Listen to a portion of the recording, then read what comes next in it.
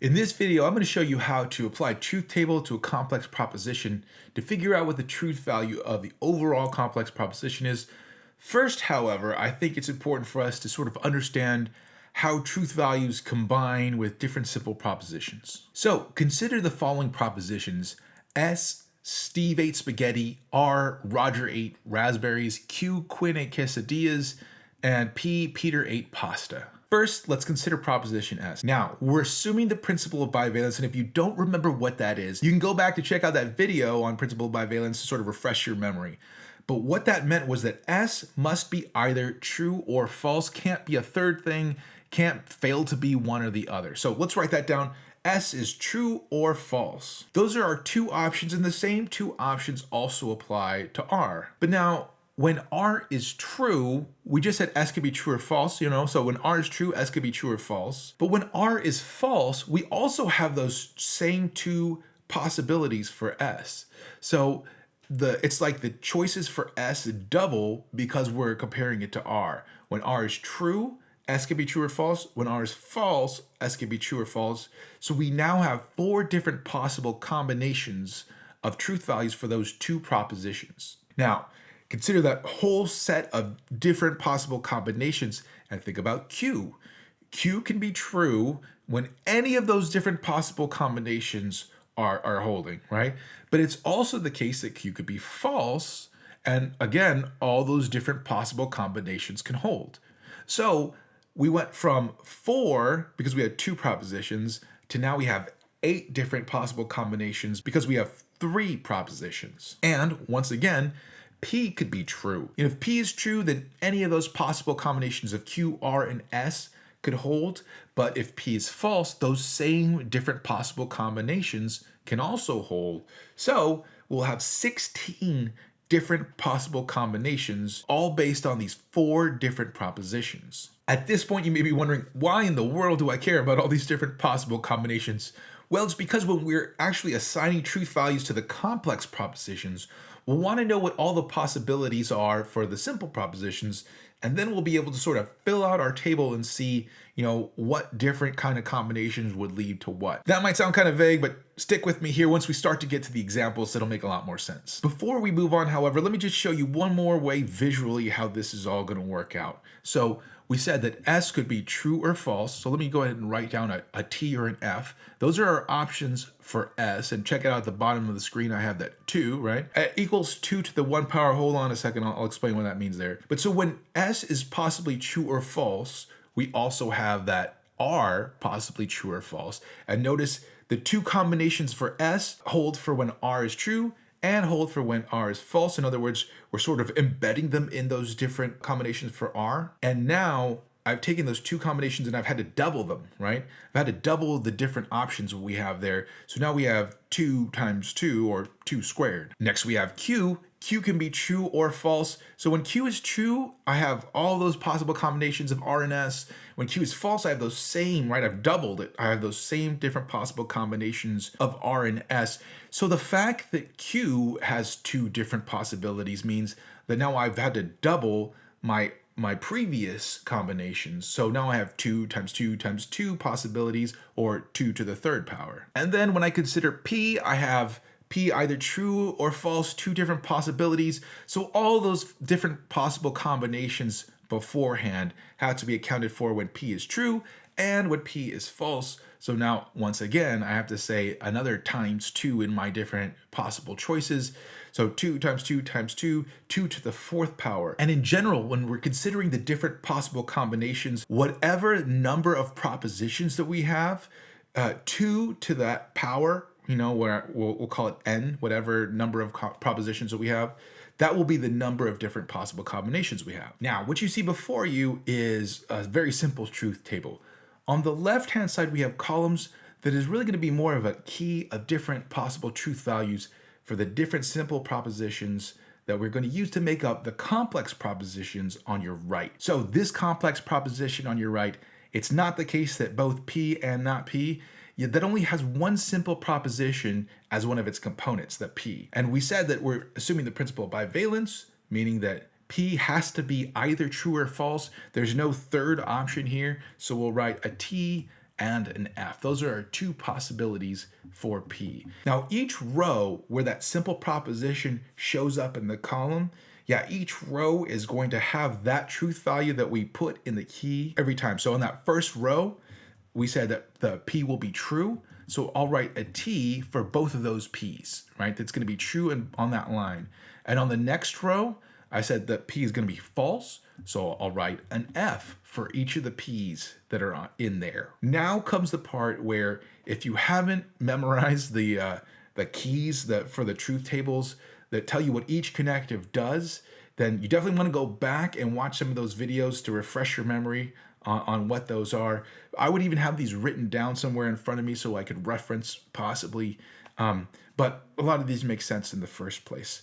So you're going to want to go and assign truth values as you build up the different parts of the complex proposition. So I look at this and I have a P right here and it says not P, for that second conjunct. And that's the next part of building up this complex proposition.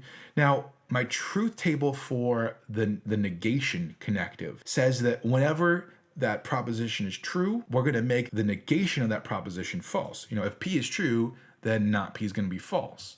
And then whenever that proposition is false, if I negate it, if I add a negation to it, then I'll make a true proposition. So when P is false on that second row, not P is going to be true. And again, it's not about how intuitive it is. It's about the fact that I define these connectives using those truth tables, right? That said, every time you have a proposition that's false and you see this negation sign, make that new proposition true. So I'm not looking at this and thinking, oh, you know what? If P were false, then not P would be true. Yeah, I mean, clearly that makes sense.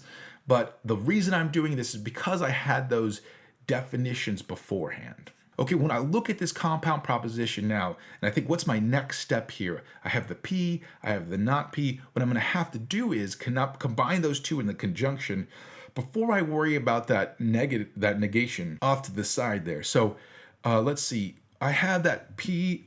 I'm looking at the not P. You know what I'm going to do? I'm going to delete the P part of the not P so that I can see, okay, this whole proposition over here is either false or true when P is true or false. Now, checking my truth table for a conjunction, that symbol means that the two propositions that are connected as conjuncts, in order for that conjunction to be true, both of those have got to be true. So when P is true and not P is false, in other words, when one conjunct is true and the other conjunct is false, that was one of the cases where my conjunction was false.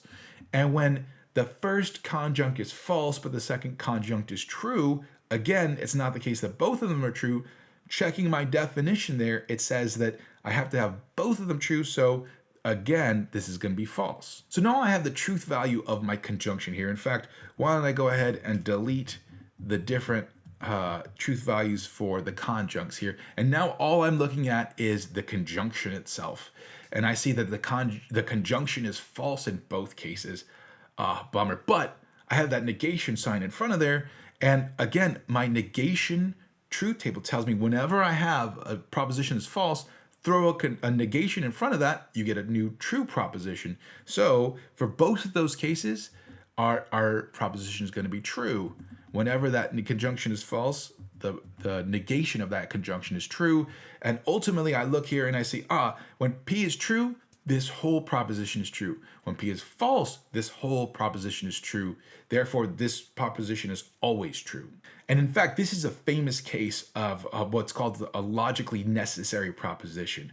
It's not the case that a proposition is both true and false. You can't have that in classical logic, but we'll talk about that more some other time. Looking at the second example here, we actually have three propositions here, P, Q, and R. Now, if we consider what we did before, remember that R could be true or false, and when R is true or false, Q could be true or false. And given all of that, I'm going to copy this and paste it because I'm starting to get lazy. Given all of those possibilities, I have P could be true when all those possibilities are true, or P could be false And those same different possibilities could hold. So now here are all my possible combinations. There should be 8 rows of those. And I look 1, 2, 3, 4, 5, 6, 7, 8. Yes, there is. And now I think about the fact that I have those simple propositions in my key here. I'm going to use those to build up the complex proposition to the right here. So my complex proposition is not P and either Q or R. First thing I'm going to do is just take those different propositions there and copy and paste. That's all I'm going to do. Oh, look how ugly that got. I didn't mean to do that. So P is, I have these T's and these F's, and notice they line up just super nice with these T's and F's right here. I'm going to copy and paste this one too. Bam, there's my Q's. Copy and paste these R's right here. Split out. And now those are all the different possible combinations of simple propositions. I've distributed them throughout this complex proposition. And notice now I've covered every possibility, every possible combination of truth values. Now I can look at this complex proposition. Well, I'm going to first look at, it looks like that the not P, right? I want to build up that. And the Q or R, that's also what I want to build up on my first step. And my negation tells me that whenever I have, my negation truth table tells me, whenever I have a not proposition, whenever that proposition is true, the negand is true, then my negation is going to be false. So I'm going to look here. P is true in all these cases, so I'm going to make false, false, false, false. And down here, whenever it's false, the negation is true. So it's P is false. So I'm going to go ahead and delete all these guys right here so I can keep track of what I'm doing. And then my or, my wedge here. Q or R. Now that the truth table that I used to define this guy said that that is true when either conjunct, possibly both, are true. The only time it's false is when both of them are false. So I'm going to look down here. That's a true. That's a true. Here I have 2 falses. So my disjunction here is going to be false. And then true, true, true. And here again, I have a case where my 2 disjuncts are false. So the whole thing is going to be false. Now I'll go ahead and delete the line for Q and R just so I can see what I'm doing here. And now I have this thing, not P, conjunction with this thing, Q or R. And I remember my conjunction, that was true whenever both of them were true, but was false if either of the conjuncts were false. So I look at this and I say, well, P is false in all of these cases, right? It's false all the way over here. So I know this whole conjunction is going to be false. And then I look down here and, oh, both of them are true. Sweet, sweet, look at them, good. And then, oh, but that last one, the Q or R is false. So this whole proposition is going to be false. So given these different combinations, right? Notice beforehand when we were looking at the other example, we had nothing but trues, right? We had this is a necessarily true proposition. Looking over here though, I have some cases where this is false and some cases where it's true. So this is not necessarily true. It's only true when P is false and one of the 2, Q or R, are true. If both of them are true, awesome. If Q is true, sweet. If R is true, awesome. Okay, now let's go ahead and look at the practice 3.3.1. I've already set up the different possible combinations of truth values for all of these guys here. So we're just gonna look at the setup here and I'm gonna assign accordingly. So I have my P truth values. I'm gonna copy and paste them. Every time I see the P, I have my Q truth values. I'll copy and paste those puppies too. And now I have all the different possible combinations. Now I'm going to look at building up this complex proposition. It looks like I have first a conjunction P and Q, and then that conjunction is used to build up a disjunction P and Q or P, okay? So let's first look at that conjunction in the middle then, because I need that to build up the disjunction. I see the true, and again, thinking about my definition of the and, that's the case when the conjunction is true. But if either of those conjuncts are false, then the whole thing is false, and we're all very sad. And so now I'm going to delete these sides so I can see what I'm doing, and I have a disjunction. Now remember, disjunction is true when either one of those disjuncts, possibly both, are true. This first case, they're both true, so I'll write a T. Second case, one of them is true, but on the bottom 2 cases, they're both false. So the whole disjunction is false. So now this is what it looks like when I have both P and Q true, then my disjunction is true. When P is true but Q is false, then my disjunction is true.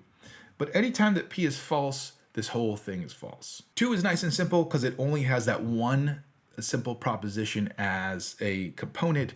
I'll go ahead and once again put the different combos in there, my different possible combinations. It looks like in my compound proposition, I have a disjunction first, that P or P, and that disjunction is the second conjunct in this big whole conjunction, P and P or P. So I'm gonna have to worry about the disjunction first. And remember, disjunction is true whenever at least one disjunct is true. But now see, since this is a P, right? Both disjuncts are P. It's only going to be true if the disjunct is, one disjunct is true. So this is the only options that we have here. I'm going to go ahead and delete the different disjuncts. And I have a conjunction here. Again, conjunction is true when both of them are true. False if either one of them are false. So if P is true, then my conjunction is true. If P is false, then my conjunction is false. Let's check out 3. I have only 2 simple propositions. Things are going to get a lot messier here in just a second. Just hold on. I'm going to go ahead and copy and paste. And now let's see. Oh, I don't like it when I do it like so. I know. I'm sorry. I know this is probably annoying, but I hate when it's all messy. And I let that first one go, but dude, I'm not going to do it again.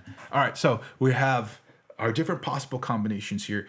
Looking at this compound proposition, looks like first I have to make the not P and the not Q. Then I can make this whole conjunction here. And then once I've made this whole conjunction, I can negate it. So first thing I'm going to have to do is pretty much flip these negations, right? I'm going to say, oh, P is true. Nope, not P is false. And P is false, not P is true. So I'll delete those guys. And then go over here to the Q's. Q is true, make it false. Yeah, just flipping that all around. And now I have that conjunction. Remember, conjunction is only true when both of them are true. So if either one is false, the whole thing will be false. And I'm left with these combinations. And now this whole conjunction has been negated. So I'm going to go in here and fill in true whenever it's false and false whenever it's true. It looks to be the case when both P and Q are both false, then this whole negation is false. If either one of them are true, though, the whole negation is true. Let's look at problem number 4. Once again, we have only simple propositions. So nice and beautiful. Once you get above 4, it is disgusting. All right, I'm looking at this, and it looks like that not Q has to be built first. Then I can build this conjunction. Then I can build this whole conditional. So whenever I have that negation, I got to flip it, right? Flip the script. And now I have to build that conjunction. Conjunction is only true when both of them are true, but in both cases, I have one false conjunct. So the conjunction is always false. Now I have that conditional. I haven't seen a conditional yet in this series. So the conditional is true whenever the antecedent is false or the consequent is true. But if you ever have the antecedent true and the consequent false, then the whole thing is false. So let's see here. At first, I have my antecedent true and my consequent false. You can't have that. So this is false right here. But when they're both false, then the whole conditional is true. I'm not going to explain. This is that if then, the conditional, right? If Q, then it's the case that both Q and not Q. I'm not going to really explain why it is that when both of them are false, the whole thing is true. You can go ahead and check out the videos on the conditional because it's just too confusing to talk about right off the bat. But here it is. We have a false and a true. Let's go ahead and look at the next one. Aha. So we have 3 of these guys. Copy and paste. I also hate that you can hear the clicking sound. I know, I just can't get rid of the clicking sound. I'm sure somebody could, but that ain't me. All right, so I have if Q then R, and then I can build that. I can do the if P then if Q then R. So I'll first worry about this conditional. Remember, looking at the definition for conditional, the conditional is just defined as true whenever the antecedent is false or the consequent is true. If the antecedent is true and the consequent is false, then the whole thing is false. I know I'm using my hands backwards. This is left, this is right for you, so I apologize. Yeah, so this guy's true. Oh, true, and then a false. That one's false. Oop, no, this guy's true. This guy's true. And then I got a true and a false and a true and a true. All right, now I'll delete these guys. Same thing here. I'm looking for any case where I have the antecedent true, consequent false. That means that the whole thing is false. So, oh, I got some of the, for the conditional, by the way, that's typically like what I first thing I do is I go and I look when the antecedent is true and I look for any case where the consequent is false. I put a big fat F there and then the rest of them are trues and I don't even look. Because that's the only possibility that you have for one of them is false. So then deleting this whole thing, whenever you have the case that P is true, Q is true, and R is false, then the whole thing is false. Anything else, any other combination, you're good. 6, we have 2 combinations here, or 2 simple propositions here. Don't do that. Do this. Copy this guy and check me out. And then I have, looks like a disjunction I have to build and a conjunction I have to build. I can build those at the same time. And then finally, I can build my biconditional. We'll talk about the truth function for that in just 1 minute. So the disjunction is true whenever either disjunct is true. And so I'll write like so. Only the bottom where both disjuncts are false. So that's the only case where it's false. But the conjunction is only true when both of them are true. Otherwise, it's false. And the other ones, other combinations, at least one is false. Now I have this, and the biconditional truth value for the truth function for the biconditional is both of the propositions in the biconditional, both component propositions are true, or if both of them are false, the whole thing is true. But if there's a mismatch there, if one of them is true and the other one's false, or vice versa, then the whole thing is false. So let's see, I have both of them true, good. One of them true, one of them false, false. Same thing, one of them true, one of them false, false. Both of them false, that means we're good, true. So looking at the whole thing, looks like if P and Q are both true, my biconditional is true. If P and Q are both false, my biconditional is true. In 7, I have once again only, I don't know, maybe I only have combinations of 3, which is gonna be nice because I know in 3.4, I think it is, that we're gonna have some spicy meatballs. So I'm looking at this biconditional right here, and I got to build up that P and Q first. And then I could put that in the biconditional of P and Q, if and only if, Q, and then I can negate the whole thing. So first we're gonna have to do this conditional, or this conjunction. The conjunction is true when both of them are true, otherwise it's false. There's a false of the Q, false for the P, both of them are false, so this whole thing is false. And bam. And now I'm looking at that biconditional, I have both these true. Remember, biconditional, if both propositions are true or both propositions are false, you're true. If there's a mismatch, one is true, the other's false, then it's false. So both of them are true, true. Both of them are false, true. One is false, false. Both of them are false, true. Now I have my biconditionals all lined up, all pretty. And now I can negate this biconditional. It's not the case of this biconditional. When this biconditional is true, the negation is false. But when this biconditional is false, the negation is true. So I'm just flipping what I got here over here. Looks like it's only true when P is false and Q is true. 8 is a case of only one simple proposition. Anytime you see a negation, simple proposition, got to do those guys first.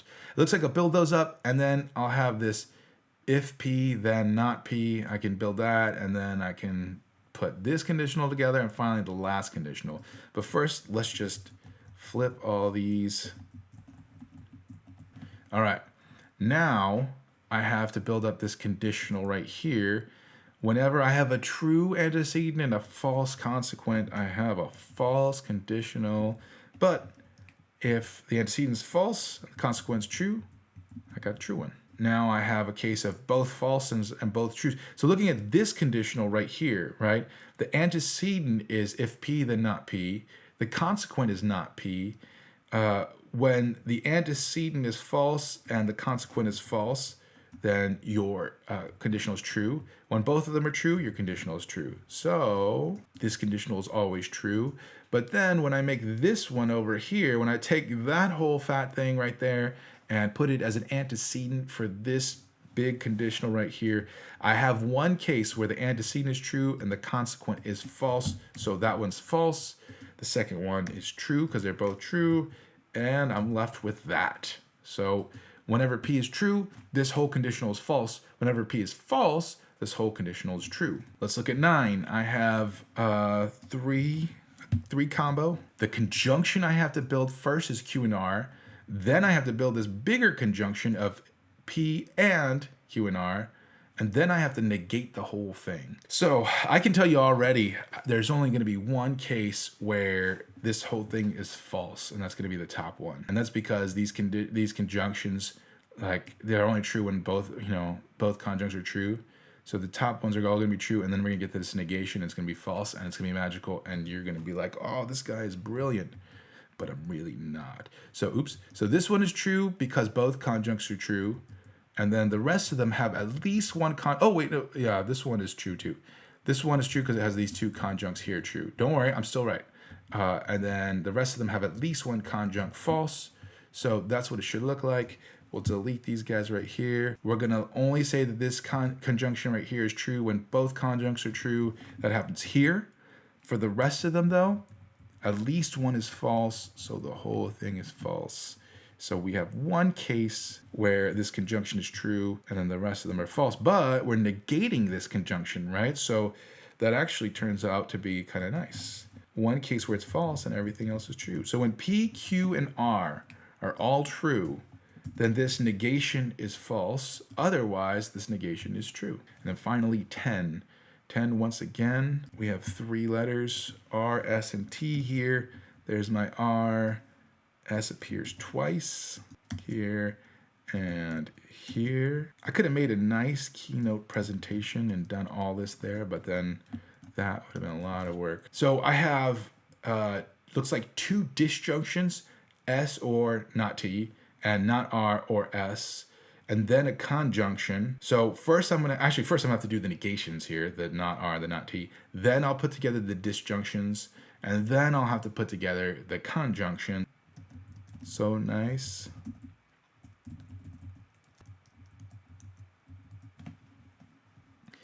And now I have the conjunction to worry about, or sorry, the disjunction to worry about. The disjunction is true if either disjunct is true.